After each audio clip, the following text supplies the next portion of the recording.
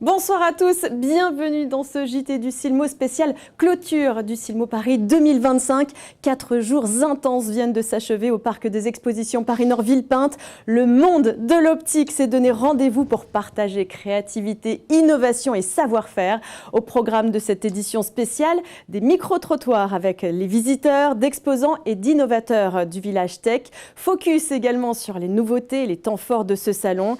Et pour dresser le bilan et se projeter vers l'avenir, nous recevons notre invité Éric Lenoir, directeur de Silmo. Bonjour Éric. Bonjour Marionetti. Comment ça va? Quel est le premier ressenti après ces 4 jours de salon? Belle dynamique, grand dynamisme un peu partout et assez inattendu, j'ai envie de dire. C'est vrai? Mais c'était une bonne surprise. Et puis alors, au niveau innovation, là, on a été servi, lancement de collection, enfin voilà. Un renouveau et une énergie qu'on n'avait pas vue depuis un moment, donc c'est bien. C'est ça, ce côté étonnant, cette belle surprise. Ouais. Ça fait du bien? Je crois que ça fait du bien à l'ensemble de la filière et si l'on en croit les premiers retours d'exposants, mais de visiteurs aussi, qui venaient chercher des éléments nouveaux, belle satisfaction. Quels sont les temps forts, les temps marquants de cette année?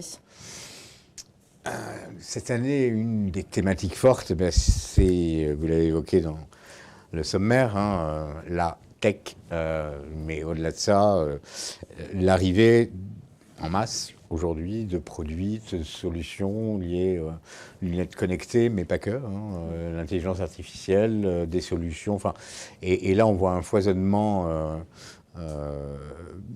qui ne fait que commencer, et la satisfaction qu'on peut avoir, c'est une partie de cet univers va désormais être représentée au Silmo Paris, et tout le travail de mise en relation et de recherche un peu effectué depuis de nombreuses années maintenant, a permis justement aujourd'hui de concrétiser tout ça, mais ce n'est qu'un début. Oui, c'était un des temps forts, effectivement, marquants de ce Silmo Paris 2025. Ce que je vais vous proposer, c'est de partager avec vous un petit résumé des quelques moments forts, justement, que notre équipe de Silmo TV a réussi à capter. Regardez.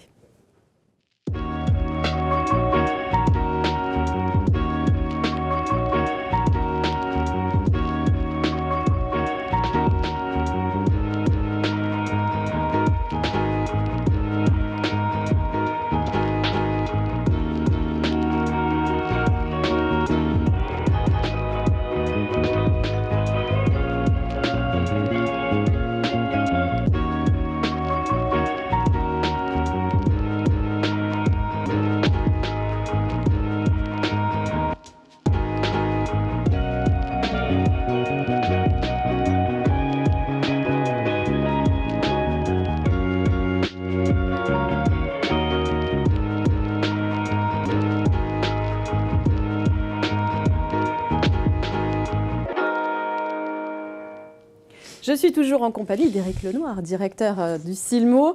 Pour ce JT de clôture, qu'est-ce qui fait que ce salon a toujours autant de succès? Quel est son petit truc en plus? Le petit truc en plus, pour moi, il est énorme.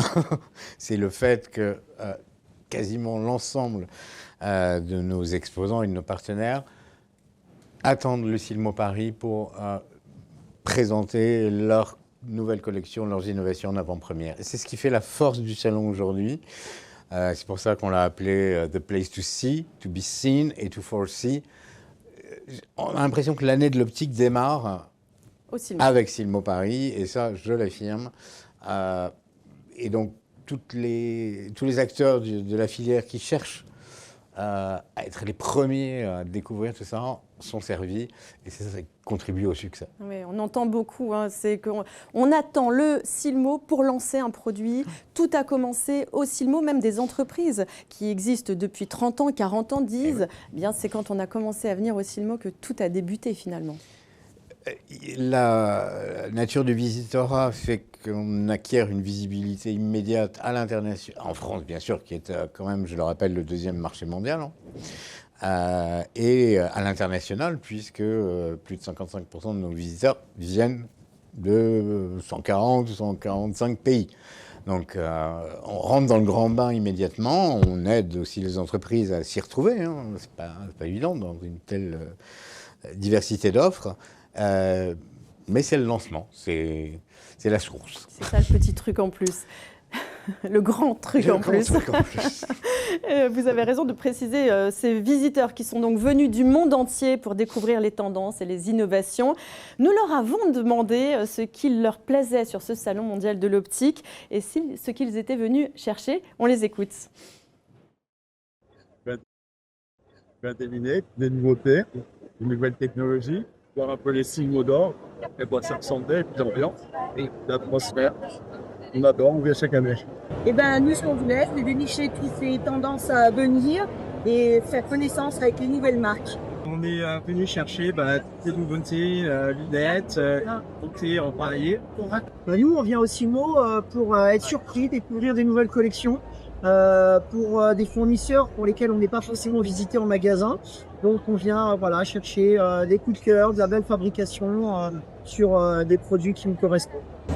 Les tendances absolues, toujours les tendances et surtout tout ce qui est nouvelles technologies, nouvelles couleurs, toutes les tendances qu'on peut découvrir, les nouvelles compagnies, les nouveaux créateurs aussi. Eh bien, des lunettes. En effet, on vient découvrir toutes les nouveautés, notamment chez nos chers créateurs. Et voilà, l'idée c'est de pouvoir faire vraiment diversifier nos collections et de trouver plein de jolies pépites pour nos futurs clients. Est-ce qu'on sait, Eric Lenoir, combien de visiteurs ont franchi cette année les portes de Silmo Paris 2025 ? Pas encore à l'unité près, mais je peux déjà dire qu'on a une petite croissance du visitorat versus l'an dernier. Et là, je n'ai qu'une vision un peu quantitative, mais j'ai l'impression qu'il y a eu un renouveau également dans le visitorat. Donc ça, c'est plutôt positif aussi. Hein. Des nouvelles personnes ont été curieuses et sont venues. On devrait être autour de 33 000 et quelques visiteurs, ce qui, je dirais, donne 4 journées bien denses.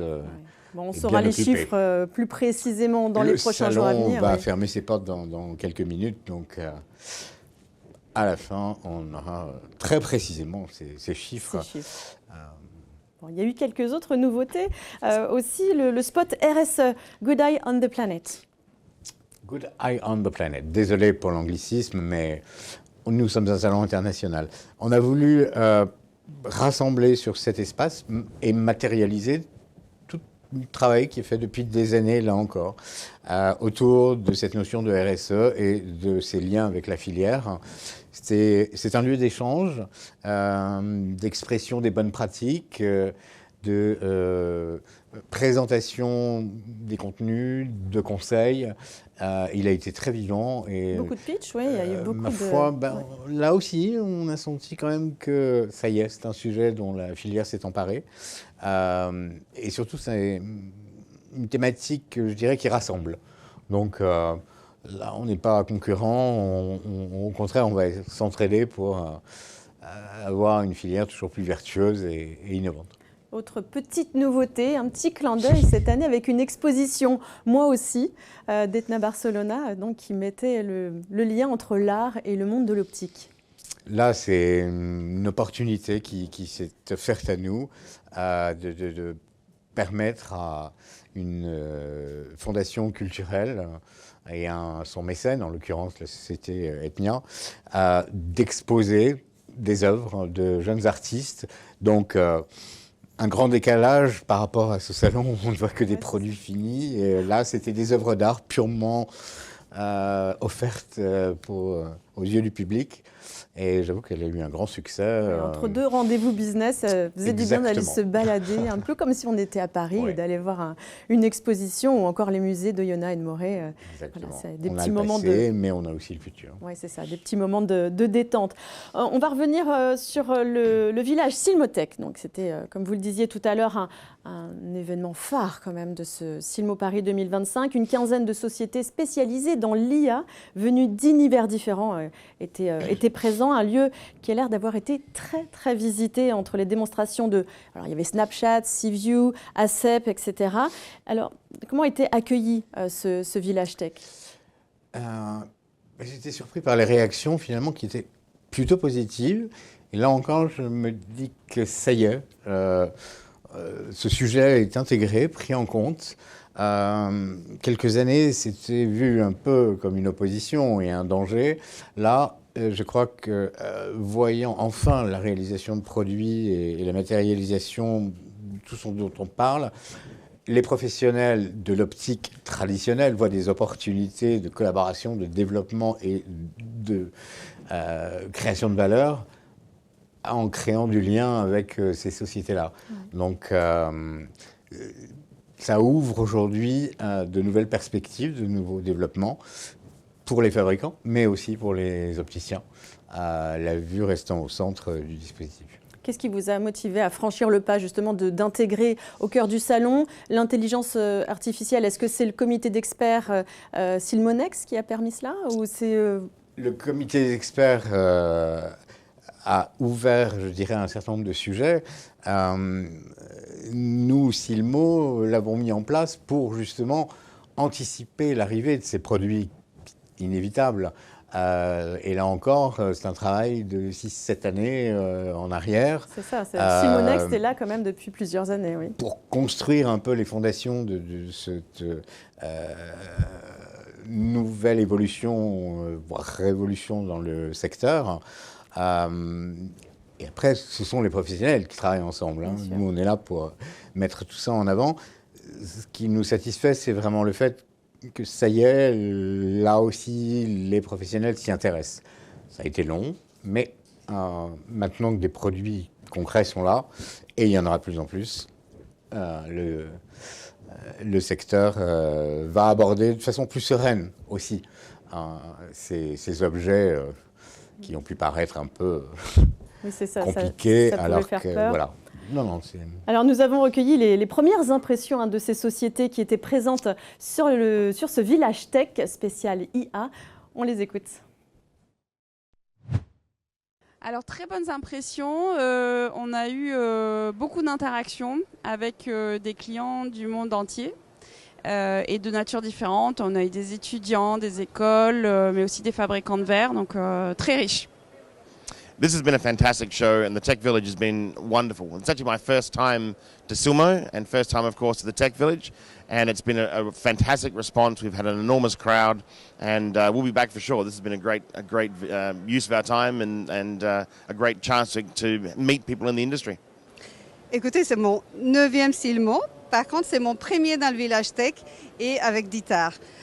Donc, très très bonne impression. On est très content d'avoir été présent sur le salon. On a eu de super échanges, autant avec des visiteurs, autant avec les autres exposants. Yeah, a lot of different offerings and I've been walking around a little bit and I've been trying out the site tests and I've been trying out different smart glasses. It's super cool. On est vraiment sur un espace dédié aux nouvelles technologies, ce qui correspond à ce que nous aussi on diffuse avec notre société. Il y a eu pas mal de passages, les gens sont très intéressés, on voit qu'il y a une appétence pour les nouvelles technologies, l'intelligence artificielle, les lunettes connectées et nos solutions aussi à nous de dépistage et de téléexpertise. Donc très très bon, c'est vraiment un bon salon, on est très content d'avoir été présent sur cette zone pour cette année. Village Tech, donc bonnes premières impressions visiblement. Et c'est un début. Et c'est un début. Bon, on va regarder ça de près pour la suite. Alors parmi ces sociétés, il y avait la société ACEP, ACEP France, qui a remporté le Silmo d'or dans la catégorie matériel équipement avec Smart Mirror AI. Et nous avons reçu ici même, sur ce plateau, Jean-Philippe Sayag, le PDG d'ACEP France. Et il est donc, lors de cette interview, nous avons pu découvrir ce qu'il pensait de ce village tech. Je vous propose de l'écouter. J'ai demandé à mes équipes de cueillir une petite partie de cette interview. Rien que pour vous. J'ai trouvé que l'idée était assez exceptionnelle. On avait fait plusieurs expériences dans les précédents Silmo avec le Silmo Next et on parlait d'IA. On parlait, comme ça fait depuis 2016 qu'on est en train de... Oui, ça fait longtemps qu'on en parle quand même de l'IA, mais c'était jamais vraiment arrivé. Oui. Il y a 3 ans, lorsque j'en ai parlé à ma conférence, puisqu'on pouvait parler aussi, il y avait 2 personnes. Là, aujourd'hui, lorsqu'on l'a fait vendredi, toutes les places assises étaient pleines, il y avait des gens debout qui attendaient. Donc on sent que ça y est, on a compris qu'il y avait quelque chose qui se passait. Et je pense que cet espace a été un poumon pour le salon parce que tous les visiteurs sont au moins passés une fois pour essayer de sentir ce qui allait se passer sur ce marché de l'optique. Alors nous avons reçu tous les lauréats sur ce plateau des Silmo d'Or, que vous allez pouvoir découvrir l'intégralité de ces interviews sur le site de silmoparis.com ainsi que sur la chaîne YouTube Silmo TV. Des Silmo Talks remplis, plein à craquer quand on parlait de lunettes connectées. Oui, parce qu'on le disait tout à l'heure, ça y est, il n'y a pas une journée qui se passe sans qu'on ait une annonce grand public de lancement ou de nouveauté. Donc, on est prêt à accueillir tout ça. Je pense qu'il y a encore un gros travail de pédagogie, d'explication des différentes familles de produits, ce qu'ils font, leurs usages. Mais l'objectif, c'est de vraiment garder ce lien entre l'optique lunetterie et puis les lunettes connectées plus l'IA, parce qu'elles ont vraiment des choses encore et beaucoup de choses à faire ensemble. Et Jean-Philippe, qui est dans le secteur depuis très longtemps, donc il ne vient pas de la tech, reconnaît aujourd'hui que ça y est, c'est parti. Après, à organiser, parce que c'est un peu comme tout nouveau secteur. Voilà, nouveau jouet presque un peu. Hein. Jouet, oui, mais certains considèrent un gadget, d'autres... Enfin, voilà. Alors, ce n'était pas le seul sujet, évidemment, sur ce Silmo Paris 2025. Sur les Silmo Talks, il y a eu énormément de sujets, notamment avec le Silmo Academy, qui a proposé de nombreuses conférences. Il y a eu beaucoup de sujets différents. D'ailleurs, les conférences ont été intégralement captées par nos équipes et que vous allez également pouvoir retrouver prochainement. Parmi les temps forts, bien sûr, les Silmo d'Or, le meilleur opticien de l'année avec Blair Wang, avec Good Vision, qui a remporté donc ce prix par l'IOA. Le concours du design remporté par Hélène Caffine-Pinon de l'école Design Saint-Étienne. Est-ce que ce concours du design ne deviendrait pas un incontournable maintenant ? Vu la qualité et le nombre de candidatures, je pense que oui, il trouve aussi sa place. On en avait parlé, identifier, détecter en amont des talents de demain d'univers différents, c'est aussi une partie de notre mission. Et c'est fou ce que les gens restent créatifs quand on voit les produits. Il y a vraiment des choses extraordinaires. Ce que j'espère, c'est que derrière, il puisse y avoir de belles histoires, de belles carrières qui se créent grâce à ça. Ouais. La bourse Silmo Academy, bien sûr, qui a été remise, une bourse de 10 000 euros. Depuis la création de cette bourse, d'ailleurs, il me semble que c'est 100 000 euros qui ont été attribués pour aider la recherche. C'est notre façon de contribuer aussi sur le sujet spécifique de santé visuelle à des études, des projets qui ont, pour certains, vraiment abouti et apporté une amélioration. Alors, modeste contribution, mais là encore, ça fait partie de cet esprit Silmo qui donne une petite différence. Et Silmo Trend, évidemment, ça, c'est fabuleux espace. Il était magnifique. Magnifique, 120 montures qui ont été présentées, donc avec 4 grandes tendances. Ça a été très visité. Oui, à l'entrée du salon, avant de se jeter dans le grand bain, on a comme ça une sélection de produits assez forts.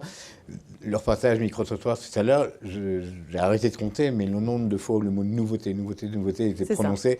Voilà, c'est ça. Nouveauté, créativité, audace, c'est tout ça. On vient pour ça au salon. Et finalement, si on devait résumer en un mot ce bilan de Silmo Paris 2025, ce serait un bon cru ?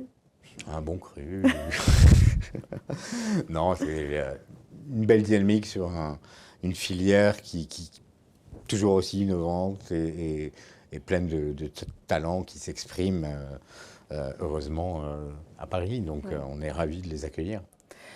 Quelle est la suite alors maintenant on connaît déjà les dates du prochain Silmo Paris 2026. Rendez-vous du 25 au 28 septembre 2026. Même lieu, presque même heure, mêmes heures. Peut-être pas tout à fait les mêmes exposants, et sûr. j'espère justement certains secteurs vont se développer, mais...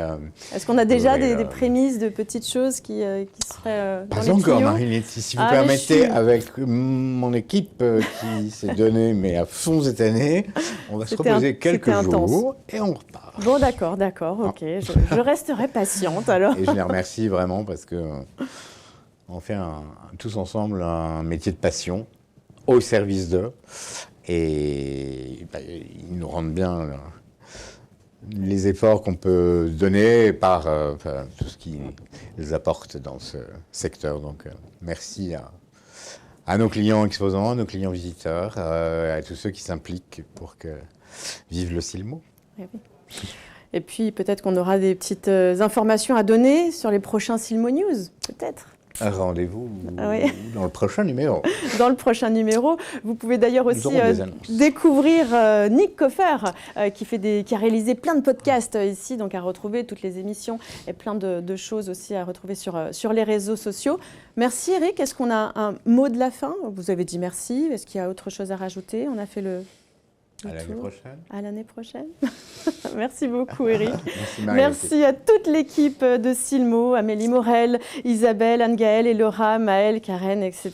Aux personnes qui ont joué le jeu de l'interview. On a eu beaucoup de personnes interviewées, donc merci à ces personnes-là pour les coups de cœur, les pitchs et autres micro-trottoirs. Merci à Benjamin Fougère de m'avoir accompagné sur ces interviews. Merci à l'équipe d'OS Concept et la team digitale. Et on a tout fait pour tout vous montrer ce qui se passait sur cette édition Silmo Paris 2025. On se donne rendez-vous très prochainement donc sur Silmo News. D'ici là, eh bien, on ne se perd pas de vue. Salut Eric. À bientôt.